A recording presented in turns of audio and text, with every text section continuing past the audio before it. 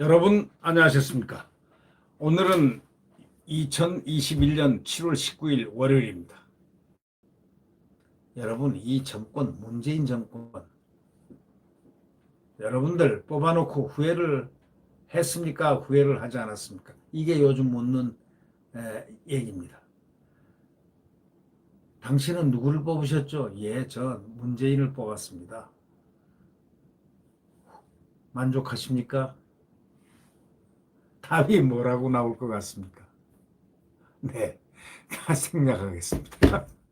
8.15 집회 때 이 통신카드, 8.15 집회 참석한 사람들에게는 그냥 통신, 전화 다 뒤집고, 카드도 다 뒤집고, CCTV로 다 이잡듯이 다 잡아내가지고, 벌금 때리고, 뭐 방역 때리고, 뭐 하고, 참 여러 가지 했지 않습니까? 뭐, 구속시킬 사람 구속시키고, 집회 주동한 사람들. 근데 민노총회는 멀쩡하게 팔짱 쫙 끼고 있습니다. 이거를 바로 정치방역이라고 하는 거 아니겠습니까? 그래서 정치방역 논란이 일어난다. 이런 얘기가 지금 언론에 막 뜨고 있습니다. 이거 정치방역 아니냐? 정부의 이중잣대 아니냐?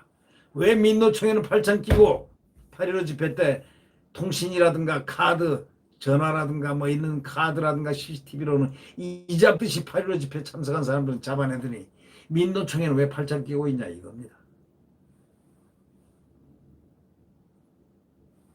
지난 3일 7월 3일 오후 서울 종로구 일대에서 민주노총 조합원 8천여 명이 정부에서 계속해서 참석하지 말라고, 참여하지 말라, 집회하지 말라 했음에도 불구하고 8천여 명이 차로를 점거했죠. 불법 집회를 열었죠. 이 집회에 참가한 노조원 3명이 지난 16, 17일 코로나 확진 판정받았습니다. 그래서 질병관리청이 18일 민노총 집회 참석자 전원에 대해서 진단검사 받으라고 행정명령 내렸습니다. 그리고 민주노총에는 집회 참석자 명단을 제출하라고 요청했다고 밝혔습니다. 정부가 이번에 민노총 집회 확진자가 나오기 전까지 선제검사를 공고도 하지 않았습니다. 이 정부 참 이상한 정부입니다. 아니, 선제검사를 왜 공고를 하지 않았습니까? 확진자가 나오기 전까지 얼마나 오랜 시간이 걸렸는데 검사를 하라고 공고하지를 않았습니까? 선제검사할 역학적 근거가 없다는 이유에서 그랬는데, 반면 지난 7일부터 확진자가 1000명대로 급증하니까 수도권은 1가구당 1명이 진단검사를 받아달라 이렇게 얘기했지 않습니까? 젊은 층도 증상 유무와 근거 무관하게 검사를 받아달라 이렇게 얘기했지 않습니까? 일반 국민에게는 역학적 근거가 없어도 최대한 많이 검사 받으라고 하면서 민노총회는 다른 잣대를 들이댔다.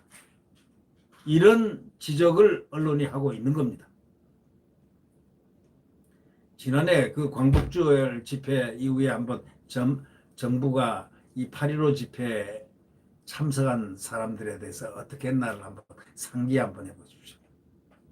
사법, 방역 조치를 다 동원해가지고 아주 그냥 집회 다음 날에 16일 보건복지부는 집회를 주최한 정광훈 사랑제일교회 목사를 감염 예방법 위반 혐의로 고발을 하고 사법 처리를 하고, 또 문재인 대통령이 전 목사를 향해서 국가 방역 시스템에 대한 명백한 도전이며 국민 생명을 위협하는 용서할 수 없는 행위다 이렇게 비판한 지 3시간 만이었습니다. 광화문 집회 사흘 뒤인 18일 첫 확진자가 나오자 경찰은 방역당국 요청으로 통신 3사에 광화문 집회 장소 근처에서 기지국 접속 정보를 요청하고 하루 만에 그냥 다 제출받았습니다. 통신 기지국 접속 정보와 함께 신용카드 사용 내역, 그 다음에 CCTV 뭐 이런 온갖 이 첨단 이 기기로 집회 참가자 파악에 나섰습니다. 집회 6일 뒤에 21일 이후엔 성북구 사랑제일교회 등에 대한 압수수색까지 이어졌습니다. 자, 광복절 집회하고 민노총 집회 한번 비교를 해보십시오. 광복절 집회, 민노총 집회 비교 한번 해보십시오. 당시 정부는 말이죠, 8.15 집회 참가자들한테 전수검사 받으라고 공고 내렸고 일부 지자체는 행정명령을 내리기로 했습니다. 이후에 참석자 650여 명이 확진돼서 광복절 집회 관련 확진자로 분류됐습니다. 당시 전문가들 사이에서는 확진자들이 집회에서 감염된 건지 명확하지 않은데 모두 집회 관련 확진자로 분류하는 건 문제가 있다. 바로 이렇게 전문가 집단은 지적을 했습니다. 이걸 전부 다 8.15 집회자로 그냥 참석자로 완전히 그냥 묶었습니다. 그 이후에 노영민이가 뭐라고 그랬습니까? 청와대 비서실장. 그자의 그 무서운 입. 집회 주동자들은 살인자라고 말해가지고 얼마나 논란이 일었습니까? 집회 주동자들이 살인자라는 겁니다. 그러면 민노총 주동자들은 뭡니까? 아니 그 식대로 하면은 민노총 주동자들은 뭐냐고요? 한번 얘기를 해보죠. 청와대 비서실장이. 물론 비서실장이 이제 바뀌었지만 바뀐 비서실장이 한번 얘기해 보시죠.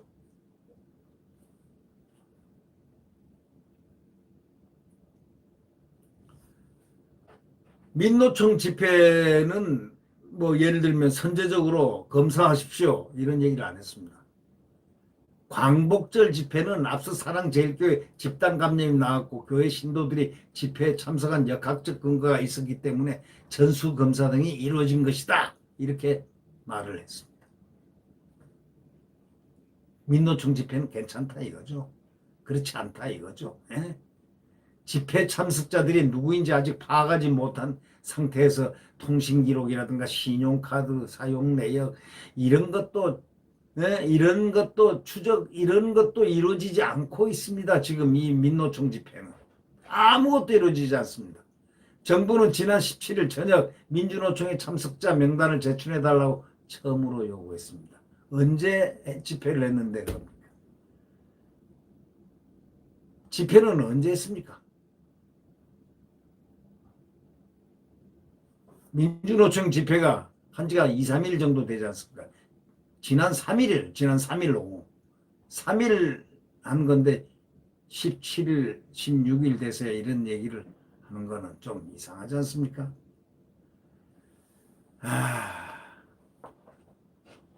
명단 제출 요구에 대해서 민노총은 18일 저녁까지 특별한 입장을 전달해 오지 않았다고 정부는 밝혔습니다. 정부가 어떻게 말을 못하는 모양이죠, 민노총에게. 아니 민노총이 뭔데 그럽니까? 최재우 고려대 예방의학과 교수는 집단 감염의 위험이 있는 불법 집회 선제 대응이라는 방역의 기본적 원칙이 적용이 안 된 예다. 적용이 되지 않았다. 민노총에. 이건 말이 안 된다고 얘기합니다. 그러니까 결국 정권 여당에는 우호적인 그런 단체는 괜찮고 여러 사유를 대가지고 암묵적으로 허용하는 반면에 정권 여당의 비판적인 집회 행사는 철저히 사전에 차단하고 차벽 세우고 이러는 겁니까?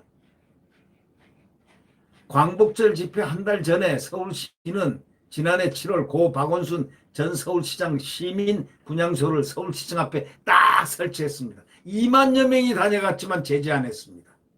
자기들이 하는 건 괜찮습니다.